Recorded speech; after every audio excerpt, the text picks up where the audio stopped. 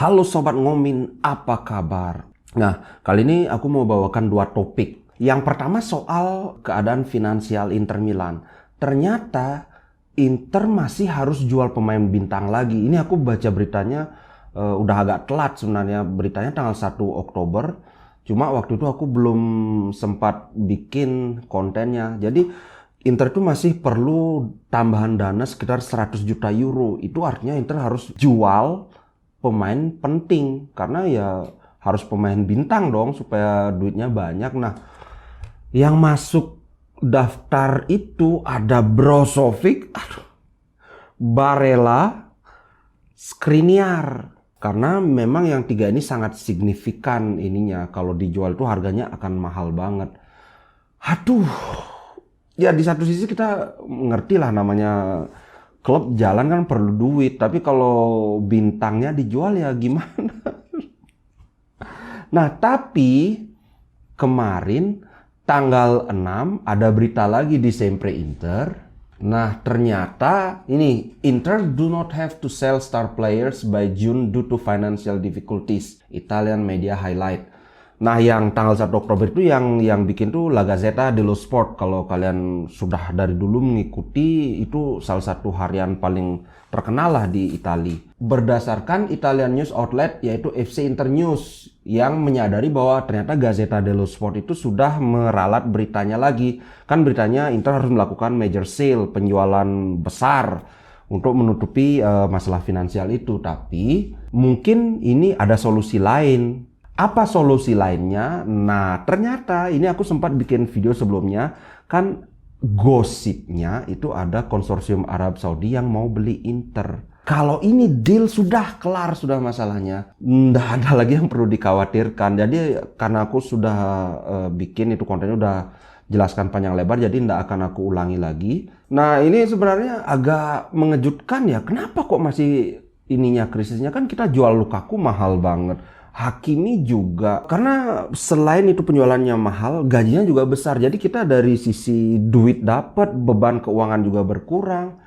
Tapi ternyata masalahnya itu ada di Suning. Internya memang rugi, kalau kalian sempat baca beritanya itu sekitar 248 juta euro rugi yang tahun kemarin. Kemudian Suning juga lagi ada masalah keuangan. Jadi mereka nggak bisa nyuntik uang ke klub. Nah, ini juga ada rencana Inter mau jual si Alexis Sanchez. Kalau kalian tahu kemarin dia ada masalah lagi. Aduh, Sanchez itu ya bukannya gimana. Aku suka, dia itu pemain yang bagus, sangat berbakat. Tapi kontribusi dia ke Inter itu masih sangat minim. Kan kita tahu sendiri dia cedera, lama banget cedera, sembuh cedera lagi.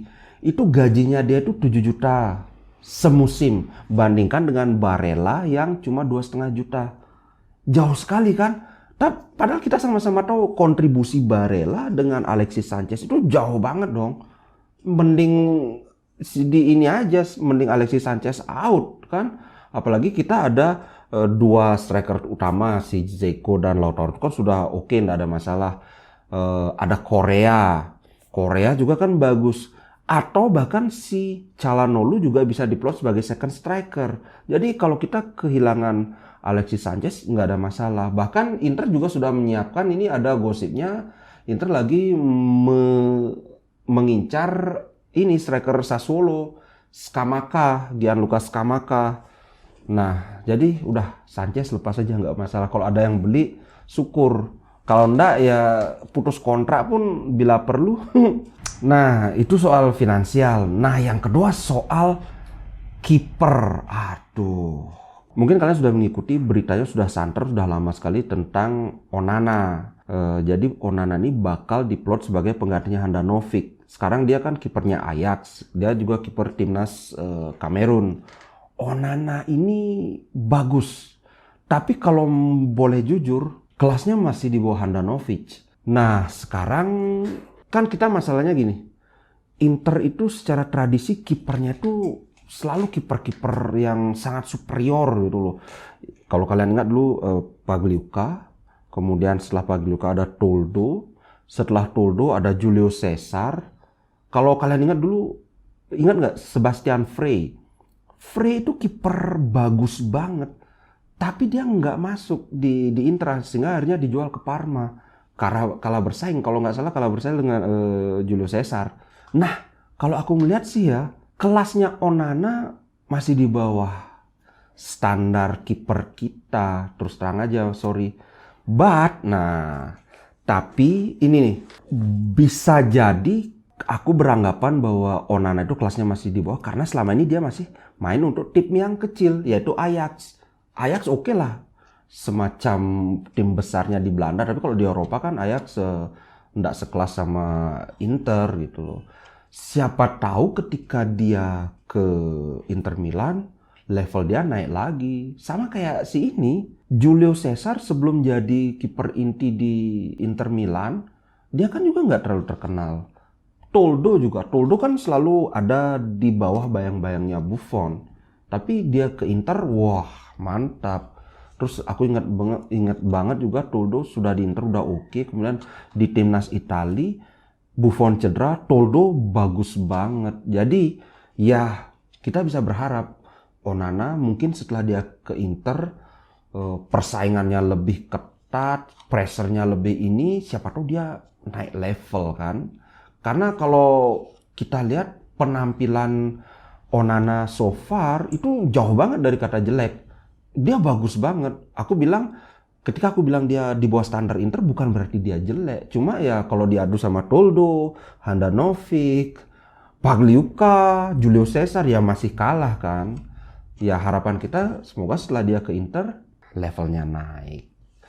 Yang lucu soal Onana ini mungkin ada yang nggak tahu. Jadi dia itu kena kasus doping kan.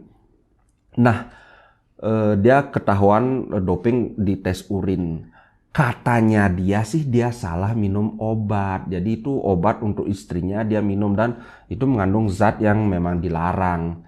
Nah, Ajax ini naik banding. Awalnya dia itu dihukum 12 bulan, nggak boleh terlibat dalam aktivitas sepak bola. Tapi sekarang sudah dipotong masa hukumannya jadi 9 bulan. Ya lucu aja minum obat. Kalau aku sih gini ya, mungkin ceritanya agak lucu, masa sih salah minum obat. Tapi bisa jadi itu memang beneran, karena coba pikir, masa sih kiper perlu doping? Apakah kiper lari kayak pemain outfield? Kan enggak, kiper kan diem doang. Jadi aku tidak berpikir bahwa kiper itu perlu doping.